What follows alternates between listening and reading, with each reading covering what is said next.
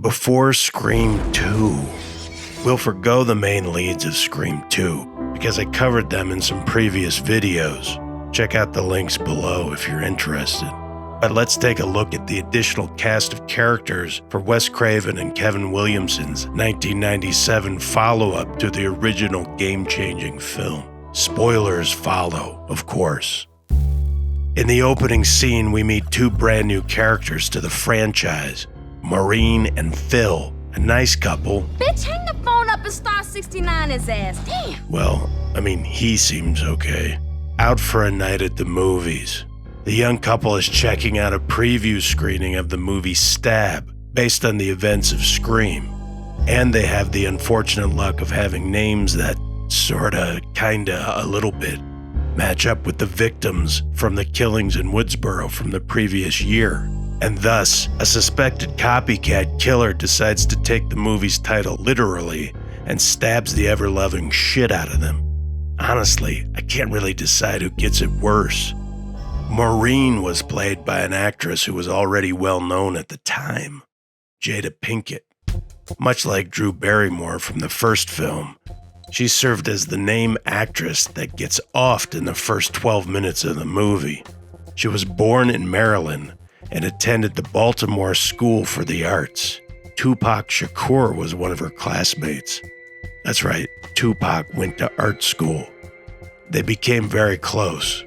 She dropped out. Her big break came in '91 when she was cast in the Cosby Show spin-off, A Different World. Tupac, Cosby. I'm glad she didn't become affiliated with any other controversial figures. Oh, wow! All right.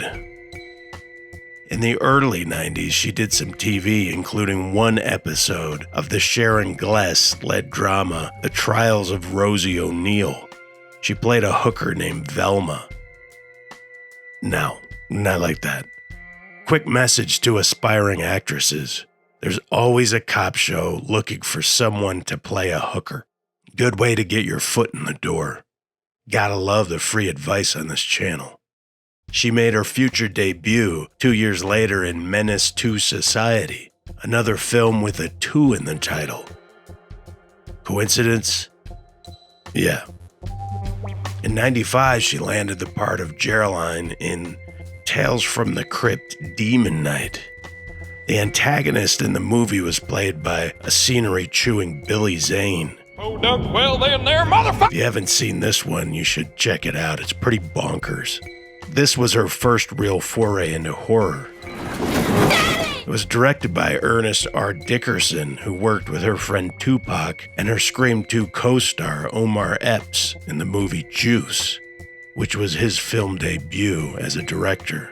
Widespread recognition in Hollywood came with her role as Eddie Murphy's love interest in The Nutty Professor in 1996, just 1 year before Scream 2 came along.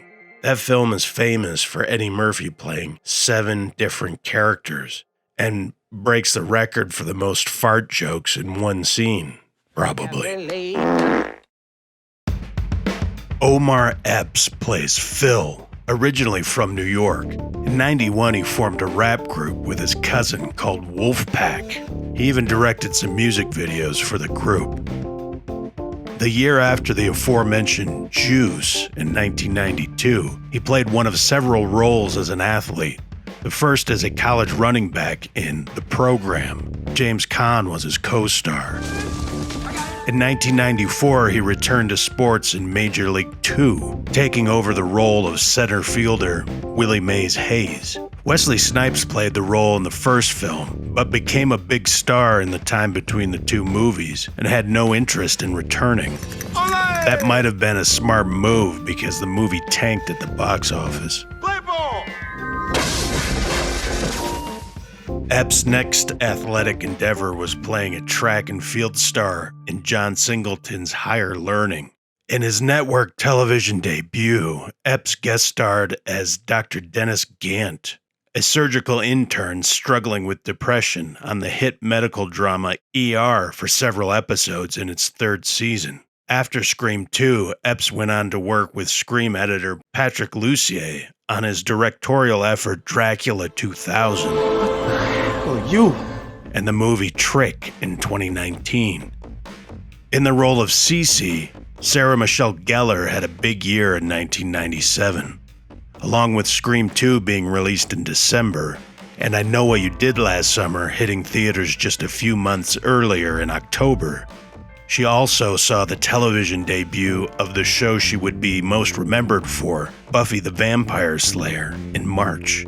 Sarah was discovered while eating in a restaurant with her mother by an agent when she was 4 years old. Soon after, she was making her first movie, An Invasion of Privacy, which is a good way to describe a creepy agent approaching you and your 4-year-old daughter while you're trying to eat at a restaurant.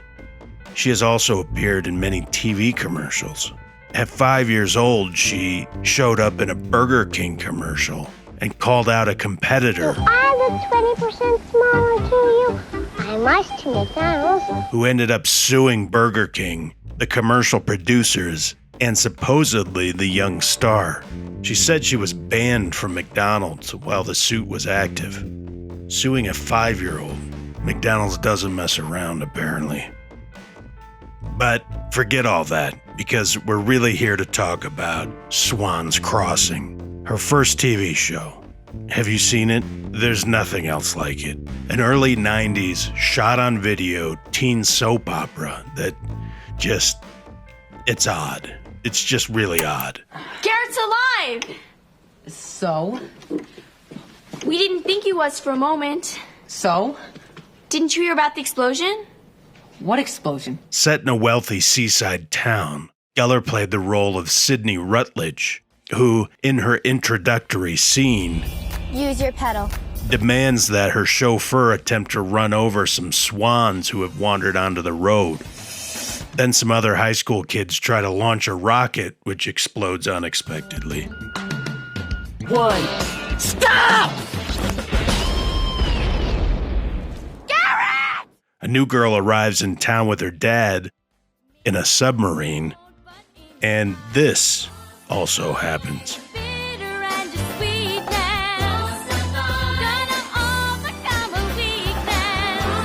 All in the first episode. The show aired in syndication and only produced 65 episodes, with plots that included spies, phony birth certificates, blackmail. The show fit right in with other soaps of the time, but aired at an after-school friendly time slot in most parts of the country. They even had a toy line, no shit.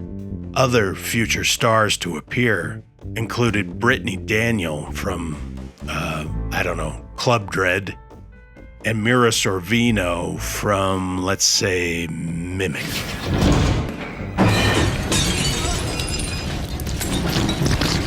The show is either the worst or the best thing I've ever seen. I can't decide.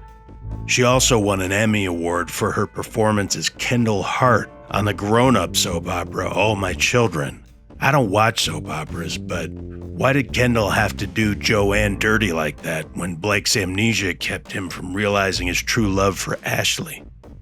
Anyway, Psycho hunk Mickey was played by Timothy Olyphant. His first paid acting job was in a 1995 WB television pilot based on 77 Sunset Strip. He was cast in the role, but he didn't have an opportunity to meet the show's producer, Clint Eastwood, who quit days before filming began. Olyphant later essentially played Eastwood as the Spirit of the West in the movie Rango in 2011. Is this heaven? If it were, we'd be eating Pop-Tarts with Kim Novak. He did some theater, which I have very little interest in and isn't clip-friendly, so let's move on to his feature debut, The First Wives Club, in '96. As an eager young director who wants to cast Goldie Hawn's actress character in a role which she thinks is the sexy young lead. Turns out he wants her for the elderly grandmother. Hilarity ensues. Airing on the same day of that film's release, he made his television debut in the pilot of the CBS spy series, Mr. and Mrs. Smith. In 1997, Olyphant made a guest appearance as Officer Brett Faraday in 3 episodes of the ABC police drama High Incident. and the CBS television film Ellen Foster, where he played a take-no-shit cop on the edge and... oh, wait. No, he played this guy. Not exactly Seth Bullock. Olyphant described his role in Scream 2 as, quote, a gift. I had virtually nothing on my resume at that point. I'm sure some of it was made up, unquote. Dread Diver out.